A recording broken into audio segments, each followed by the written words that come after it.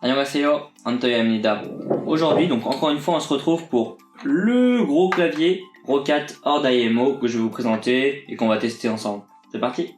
Alors Roccat avait déjà fait un clavier Horde, donc pas le IMO, qui n'était pas RGB et qui avait pas de repose-poignée non plus. Donc là, ils ont sorti une nouvelle version qui coûte quand même 20 € plus cher et qui a un RGB du coup en multicolore. L'autre avait un rétroéclairage que bleu, donc c'est une petite amélioration qui peut être sympa et on va voir tout de suite si ça a de l'intérêt.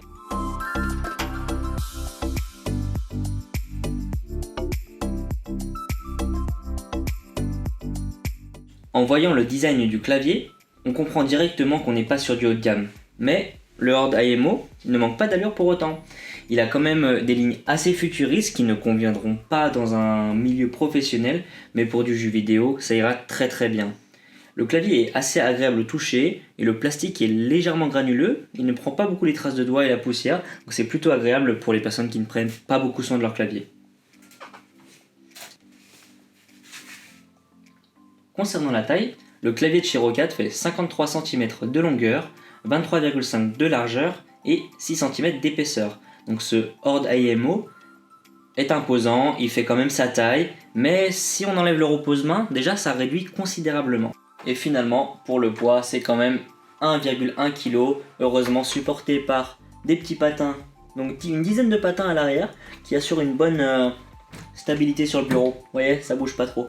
Passons maintenant aux fonctionnalités, et le Roccat n'en manque pas.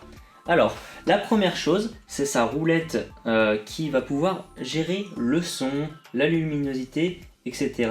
via les boutons dédiés en haut à droite du clavier. Le Roccat Horde IMO possède également 5 boutons de touche macro pour pouvoir régler des options dessus.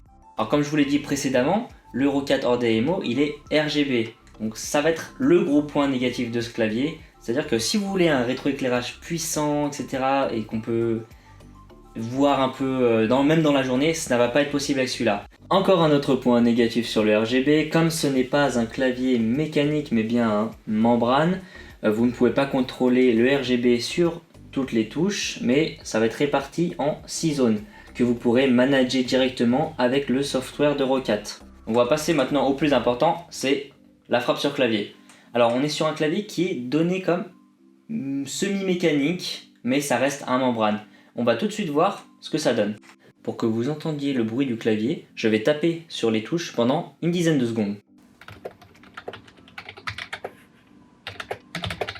Ce que j'adore sur ce clavier, c'est vraiment sa frappe qui se rapproche d'un clavier mécanique. Alors oui, on ne pourra jamais concurrencer un clavier mécanique qui coûtera dans les 200-250 € du très haut de gamme, mais les switches sont quand même assez rapides pour du membrane et c'est super agréable.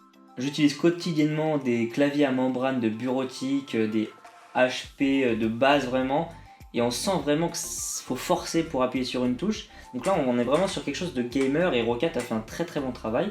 Et vraiment je valide le semi-mécanique quand c'est bien fait.